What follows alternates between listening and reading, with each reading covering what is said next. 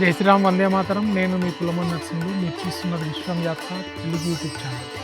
మనం తెలంగాణ రాష్ట్రము మహబూబ్నగర్ జిల్లా జడ్చర్ల మండలం, జడ్చర్ల నుంచి కల్వకుర్తి వెళ్ళే నేషనల్ హైవే రోడ్డు పైన జడ్చర్లకు ఒక 8 కిలోమీటర్ల దూరంలో కురువగడ్డపల్లె ఉంటుంది. కురువగడ్డపల్లె నుంచి లోపలికి 1/2 కిలోమీటర్లు వచ్చినట్టయితే దుందుబి వాగు ఒడ్డున మీనంబరం దేవాలయం ఉన్నది.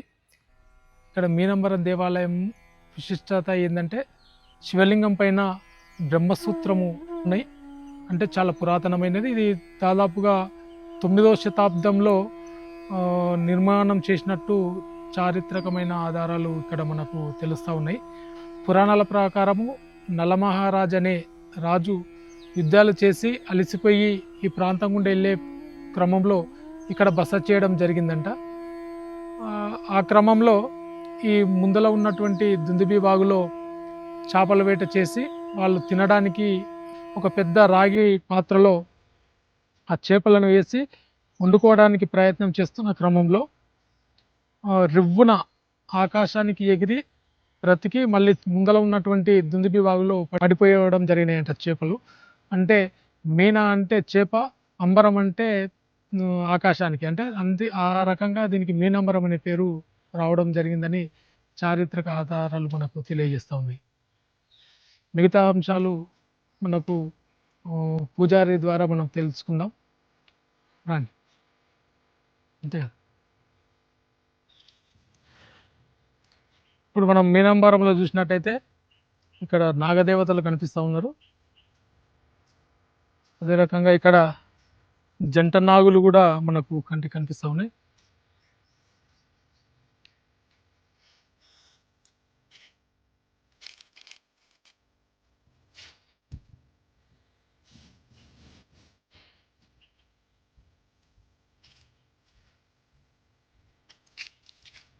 మనం ఇప్పుడు మీనంబరం దేవాలయంలో ఉన్నాము. ఇక్కడ అర్చకులుగా పనిచేస్తున్నటువంటి రంగాచార్యుల వారు మనం ముందున్నారు. ఈ దేవాలయం యొక్క పూర్తి వివరాలు వారి ద్వారా మనం తెలుసుకుందాం. నమస్కారం బంధువులు. నమస్తే. ఈ దేవాలయం యొక్క పూర్తి వివరాలు తెలియజేయాలి. తప్పకుండా. గణేష్ మహారాజ్ की जय, गणेश भगवान की जय, सुब्रमण्य स्वामी की जय, श्री महामंगलगौरी माता की जय, नंदी भगवान की जय, श्री परशुवेदीश्वर स्वामी की जय, गंगापुरम लक्ष्मी चन्नकेशव स्वामी की जय. नमः पार्वती पतये, हर हर महादेव, शंभो శంకర. ఈ ఆలయం మొట్టమొదట చెప్పాల్సింది పరమట వైపు ఉంది. యొక్క ద్వారము పరమట వైపు ఉంది. పరశురాముడు స్థాపించిన శివలింగాలన్నీ ద్వారాల పరమట వైపు ఉంటాయి.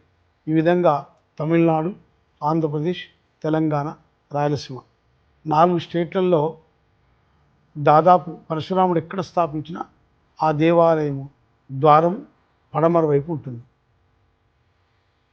ఎదురుగా ఉన్నది దుందుబి నది.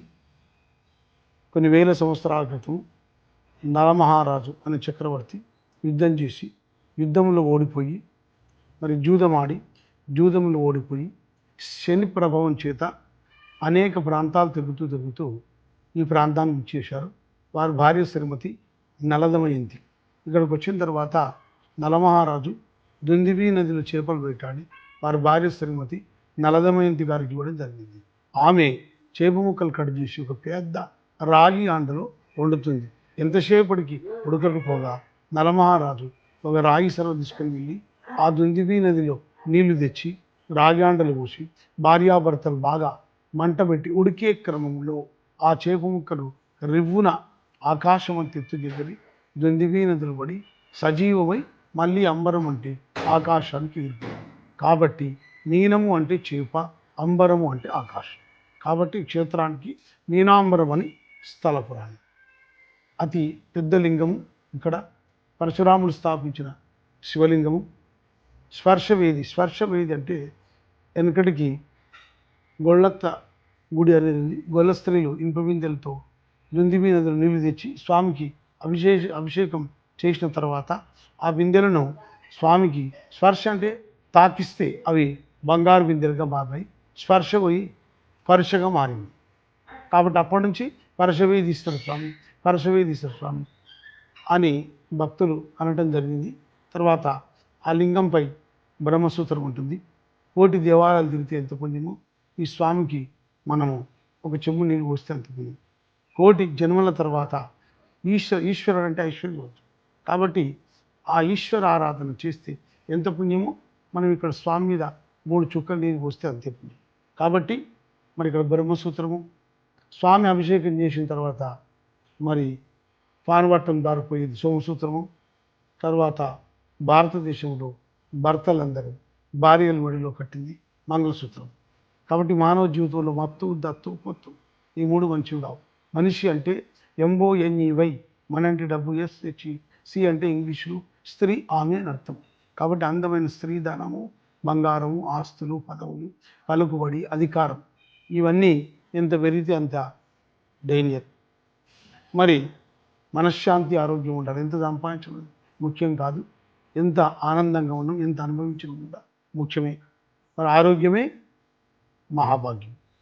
ఇక్కడ రకరకాల బాధలతో వస్తారు. కొంతమంది పిల్లలు లేని వాళ్ళు సంతానం కోసం, మరి చదువుకున్న పిల్లలు విదేశీయానము, కొంతమంది ఇండల్లో ఎన్నో కూడా చాలా సమస్యలు ఉంటాయి. మానసిక ప్రశాంతత కోసం దేవాలయానికి వస్తారు. ఇక్కడ వచ్చి వాళ్ళందరూ కూడా సంతానము, విదేశీయానం, మరి మనశ్శాంతి, ఆరోగ్యాన్ని ఎంతోమంది పొంది పునీతులైనారు. మరి ఈ యొక్క దేవాలయం చాలా పురాతనమైనది. 2000 సంవత్సరాల నుంచి నిర్మించబడ్డది. 2000 సంవత్సరాల క్రితం 2వ చాణక్యులు రాష్ట్రకూటులు నిర్మించినారు. పరశురాముడు స్థాపించిన శివలింగం, మరకత బ్రహ్మసూత్ర శివలింగం. మరి ఈ మధ్యకాలంలోని దాదాపు ఒక 6 సంవత్సరాల నుంచి చాలా శరవేగంతో అభివృద్ధి చెందుతూ భక్తులను ఆకర్షిస్తూ భక్తుల మనోభావాలకు అనుగుణంగా దేవాలయం అభివృద్ధి చెందుతూ మరి ఎంతో వాళ్ళకు మానసిక ప్రశాంతతను ఇస్తూ అభివృద్ధి వైపు దూసుకుపోతున్నది. మరి ఇలాంటి గుళ్ళు నిరాదరణకు గురై జీర్ణగతి అవస్థలు ఉన్న దేవాలయాలు ఎన్నో ఉన్నాయి. ధార్మిక సంస్థలు తిరుపతి కానివ్వండి, శ్రీశైలం కానివ్వండి, యాదగిరిగుట్ట కానీ, మరియు రాజరాజేశ్వర టెంపుల్ కరీంనగర్లో ఉన్న దేవాలయం, ఇట్లా అనేక పెద్ద పెద్ద దేవాలయాలు, చిన్న దేవాలయాలను ఆదుకొని కొంత హితోధికంగా, ఆర్థికంగా, ధార్మికంగా సహాయం చేసి మరి ఆ గుళ్ళను కూడా మరి పునర్నిర్మాణం చేసి మరి భక్తులకు అందుబాటులో ఉంచాలని ప్రార్థిస్తూ మన అందరం బాగుండాలి. అందులో మనం ఉండాలి. ముఖ్యంగా ఇంత పెద్ద నంది ఎక్కడ లేదు. శ్రీశైలంలో ఎలా ఉంటుందో అలా ఉంటుంది. శనగల బస్వన్న మాదిరిగా ఇంత పెద్ద ద్వయస్తంభం ఎక్కడ లేదు. మరి పురాతనమైన శైవక్షేత్రము. మన అన్నిటికంటే సనాతన ధర్మాలు పురాతనం చాలా గొప్పవి. మన ధర్మాలు ముఖ్యం. ధర్మాల వైపు ఆ కాలంలో ఔరంగజేబు ఆయన ఆ హిందూ దేవాలయాలు అనేకంగా మరి ఆయన పడగొట్టడం జరిగింది. గంగాపురం పోయి అక్కడ కూల్చి ఇక్కడికి వచ్చి మరి అలా మరి ఈయన కూడా నమస్కారం పెట్టి ఈయన వైభవాన్ని తెలుసుకొని ఇక్కడ నుంచి ఎదురుదిరిగినాడు. ఈ విధంగా హిందూ దేవాలయాలు విగ్రహాలు అనేకంగా ధ్వంసమైనవి. వాటిని పునర్నిర్మాణించి ప్రజలకు అందుబాటు చేయాలని మరి భక్తులను పెద్ద పెద్ద వాళ్ళతో కూడా కోరుకుంటూ సెలవు తీసుకుంటున్నారు. జైబులో పరశువేదీశ్వర భగవానికి జై. లోకా సంస్థ సుఖినో భవంతు, సర్వే జనా సుఖినో భవంతు. అందరం బాగుండాలి, అందులో మనం ఉండాలి. దాన్ని ఇంగ్లీష్లో you good, I am good, our good. Team work, network, project work, growth, skill, worth, talent. Skill అనేది ఉంటే మనం ఎక్కడైనా రాణిస్తాం. శివుడు అంటే చైతన్యం అని అర్థం. ఈ చైతన్యం కలిగి ఉండాలి మానవులంతా. ఎప్పటికప్పుడు అప్డేట్గా ఉండాలి. అదే నా భావన. జై బలో పరశువేదీశ్వర భగవానికి జై. నమ పార్వతి పతయే హర హర మహాదేవ శంభో శంకర. ఇక్కడ ఉన్నటువంటి అర్చకులు ఏ రంగాచార్యుల వారి మాటలు మనం విందాం. దాని ప్రకారంగా ఇది చాలా పురాతనమైనటువంటి దేవాలయంగా మనకు తెలుస్తూ ఉన్నది. ఈ వీడియో మీకు నచ్చినట్టయితే సబ్స్క్రైబ్ చేయండి, మా ఛానల్ సపోర్ట్ చేయండి. మరిన్ని వీడియోలతో మేము ముందుకు వస్తాం. భారత్ మాతకి జై.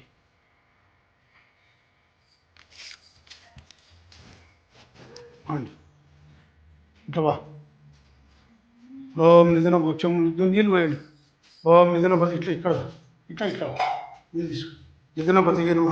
నిధనపతి అక్కడ భాష. నిధనపతి కాంతికాయ నమ. ఊర్ధ్వాయ నమ. ఊర్ధ్వలింగాయ నమ. హిరణ్యాయ నమ. హిరణ్యలింగాయ నమ. సువర్ణాయ నమ. సువర్ణలింగాయ నమ. దివ్యాయ నమ. దివ్యలింగాయ నమ. భవాయ నమ. భవలింగాయ నమ. శర్వాయ నమ. శర్వలింగాయ నమ. శివాయ నమ. శివలింగాయ నమ. జ్వలాయ నమ. జ్వలలింగాయ నమ. ఆత్మాయ నమ. ఆత్మలింగాయ నమ. పరమాయ నమ. పరమలింగాయ నమ. జయ బులో పరశువేదీశ్వర స్వామి భగవానికి జయ. సాజీ నమ పార్వతీపతే. హర హర మహాదేవ. శంభో శంకర. సాంబశివ సదాశివ. హర హర హర హర మహాదేవ. శివం లాభం ధనం. ఇంత పెద్ద లింగం ఎక్కడ లేదు మనం. చాలా పెద్ద లింగం. 12 ఫీట్ల లింగం ఇది. లోపలికి 10 ఫీట్లు, పైకి 2 ఫీట్లు. ఇంత పెద్ద పానవటం 2 స్టెప్స్, లోపలికి ఇంకా 3 స్టెప్స్ ఉంటాయి. 30 ఫీట్ల వరకు జలలింగాలు ఉంటాయి. 60 ఫీట్ల వరకు ఇసుక ఉంటుంది. ఈ పానవటం చాలా పెద్దది. ఇక్కడ చండీశ్వరుడు ఉంటాడు. అందరం బాగుండాలి, అందులో మనం ఉండాలి.